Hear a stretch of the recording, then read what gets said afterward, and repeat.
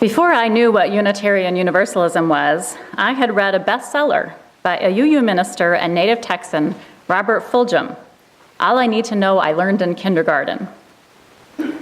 As a parent, I now appreciate a twist on that idea. Let's call it All I Need to Know I Could Learn from a Kindergartner. Whether it's curiosity, wonder, love, or the sheer presentness in the moment, seeing the world through the eyes of a child can bring us back in touch with the child inside ourselves. In the spirit of a child, will you play with me? All we need is a ball. We could make up 1,000,000 games with just one ball. Let's say the rule is keep the ball moving. If it comes to you, hit it up. If it falls on the ground, you or another young at heart person nearby should pick it up and put it back in motion. Ready, set, go.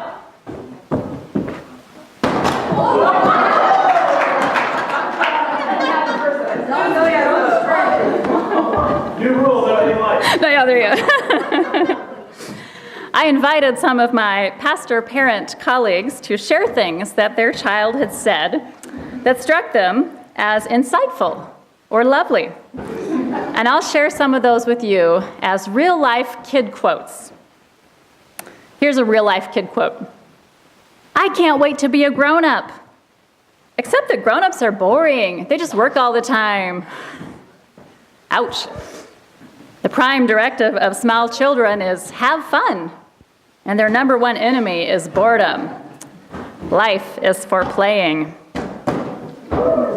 New rule. Next person to get the ball, hold on to it. So can I teach you this song I made up? We're going to have lyrics here in a moment. All right, so just sing after me line by line. The sun is up. The sun is up. It's time for fun. It's time for fun. Let's sing along. Let's sing a song. And play along. And play along. Every day.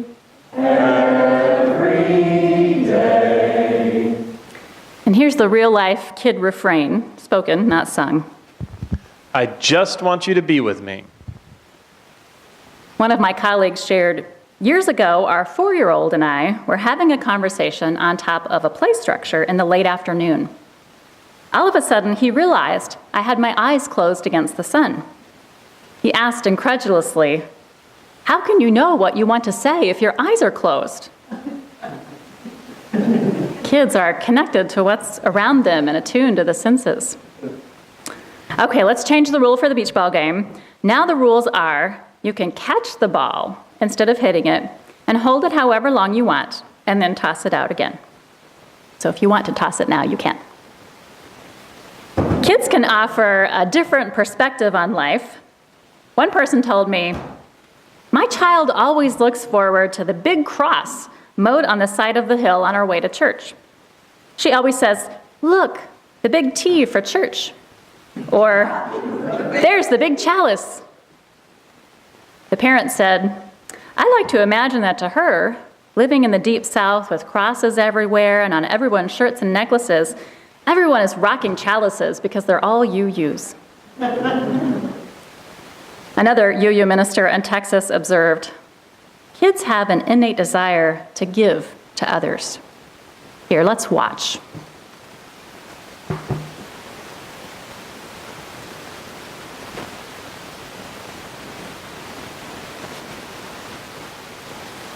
Keep that ball in motion until the video gets going.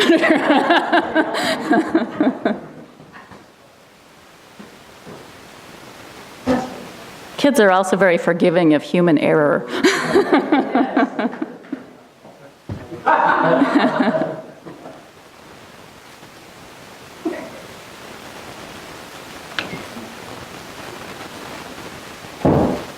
Let's come back to that. So let me share with you now, tag me if I forget to come back to it because it's really good. Here's another real-life kid quote.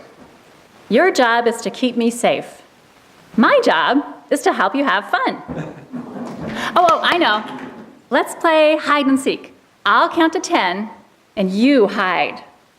1, 2, 3, 4, 5, 6, 7, 8, 9, 10.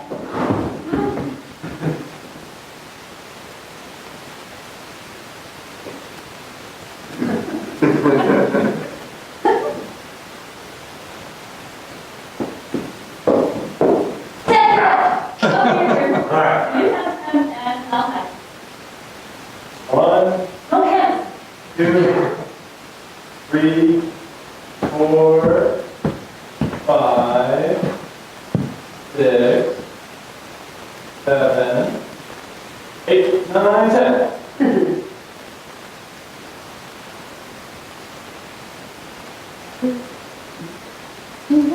Y'all just have to do it.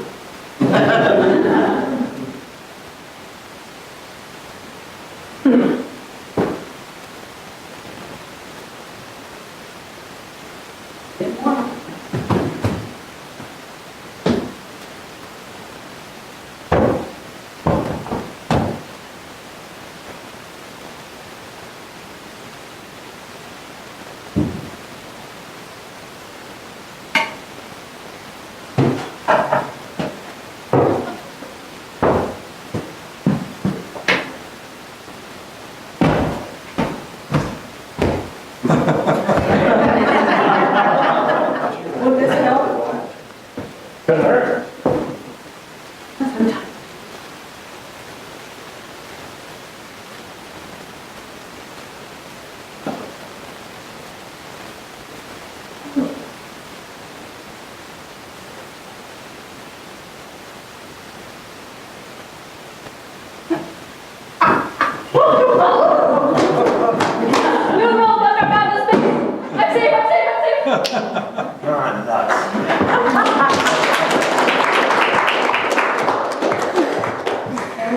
I'm feeling a little squirrely. All right, are we ready on the video? No. No? All right. Kids are very spontaneous. All right. Let's see. Here's some. Ooh, I don't have the heart of a kid. Spiritually speaking. Here's something I learned once at a play date that my child had with a little boy who was a big fan of dinosaurs. The chicken evolved from dinosaurs. Now, he told me Tyrannosaurus rex. I'm not sure that's quite true, but they did evolve from dinosaurs. It's true. So this made me look at my morning eggs in a whole nother way. Next come a couple of kid anecdotes that are a reminder of the natural connection to other creatures and to nature that children feel. An experience of mutuality and care that they trust and act on.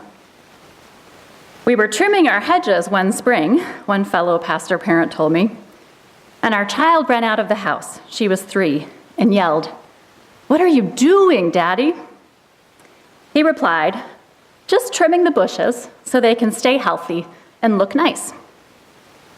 She picked up a few cut sprigs, held them to her chest, grabbed her mother's hand, and in the most dramatic tone she could muster, she said, "Mama, hug these beautiful plants with me."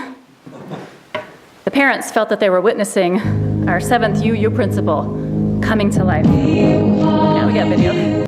Okay, pause. Another caller recalls when her son was 4 and a half. He says to her, "Before I help you cook, I just have to pet Murray, the family dog. My heart says please, so I just have to." Real life kid refrain. I just want you to be with me. Okay, let's go back to the video now here, which is a little window on the innate sense of generosity that children have. I don't know if you can read the text at that size. So a church received this donation of little toy lambs, and they went to the hospital to see if they could give them to children in the cancer wing. And they were invited to walk around and hand them out.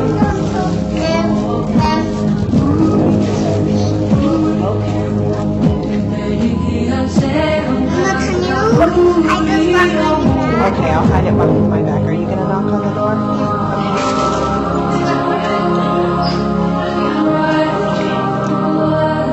Okay.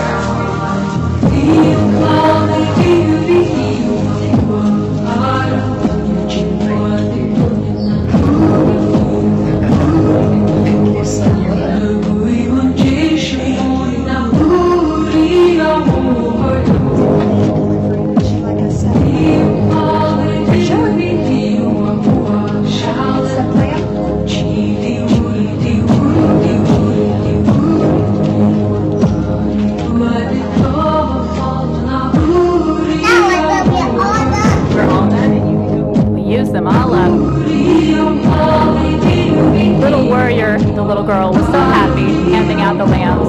That was a terrific gift to her. Thank you. Now, there was one part of this experience that wasn't captured on the video. My colleague explained one of the rooms we stopped at had a young teenage girl. She'd obviously been there a long time, and her room was filled with family. It was clear that she was getting to the end of her journey. There goes the next video. So this teenager is getting to the end of her journey in the cancer ward, but she asked us to come in and smiled when the itty-bitty girl gave her the lamb. Then she directed one of her uncles to reach behind himself where she had a set of bracelets and to give them to the toddler. The spirit of the child includes some pretty profound generosity and joy in giving.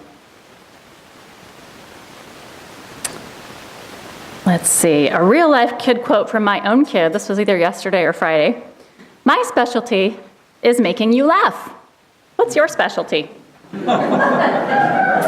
likes knock-knock jokes? All right, Tanner. We've got a few for you. Knock, knock. Who's there?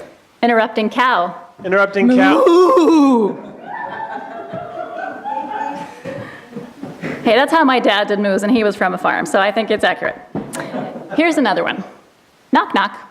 Who's there? Interrupting Unitarian Universalist. Interrupting Spirit of life. One more. Knock, knock. Who's there? Interrupting kid. Interrupting New rule, if you get the ball, try to bounce it on your head before you toss it back. Got it?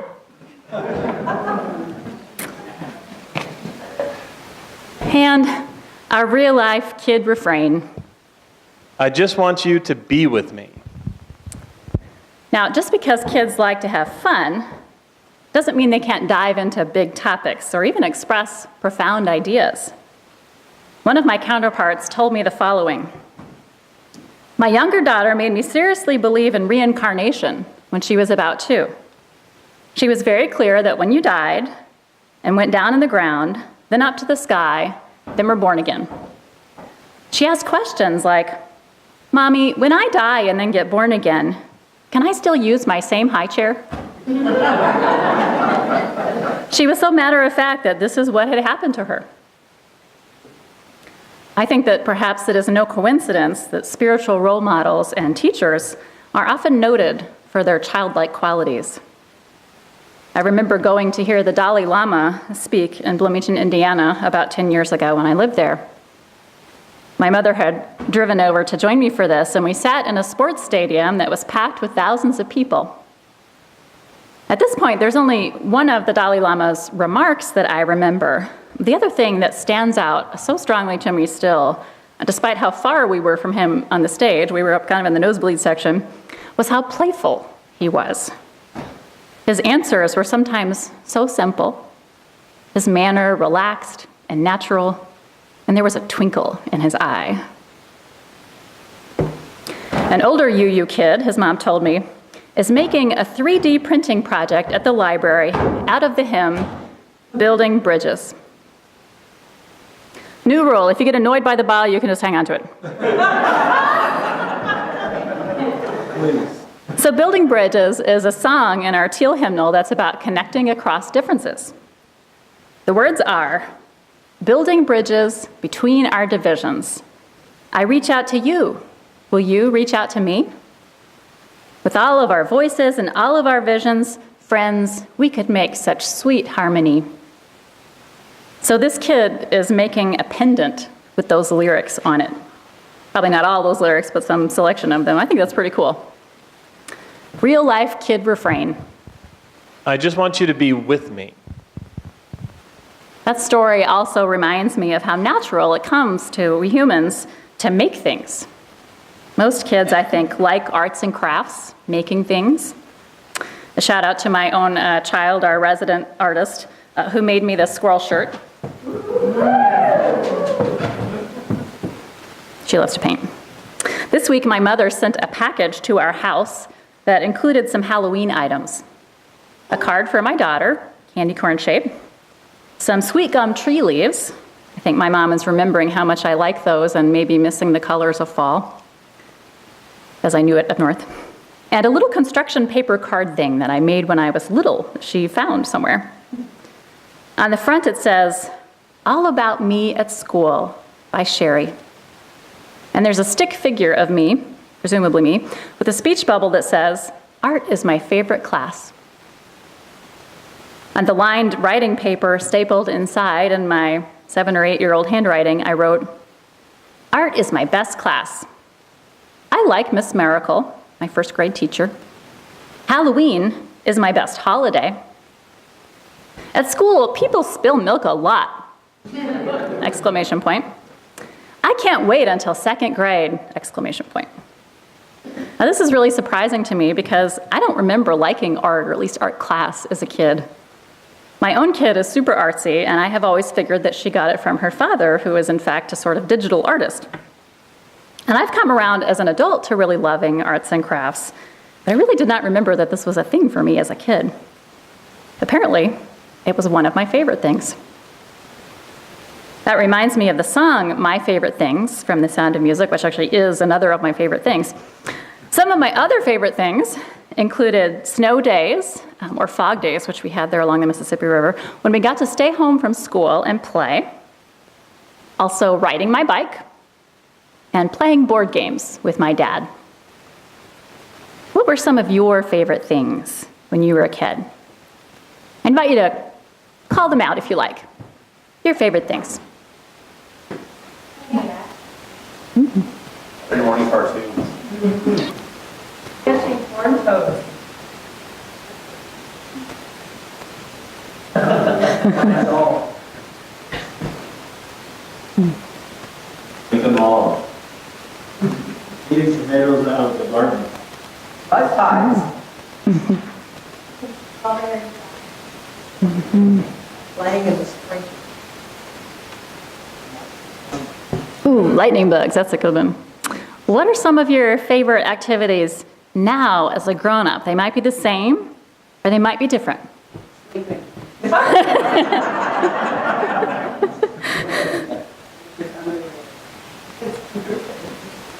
Going to the movies. Walks with my wife. Putting the kids down for a nap. Laughing at my show. Rocking babies. Awesome. Cooking. Naps. Heyday. Good ones. So another quality that comes naturally to many children is gratitude. New rule.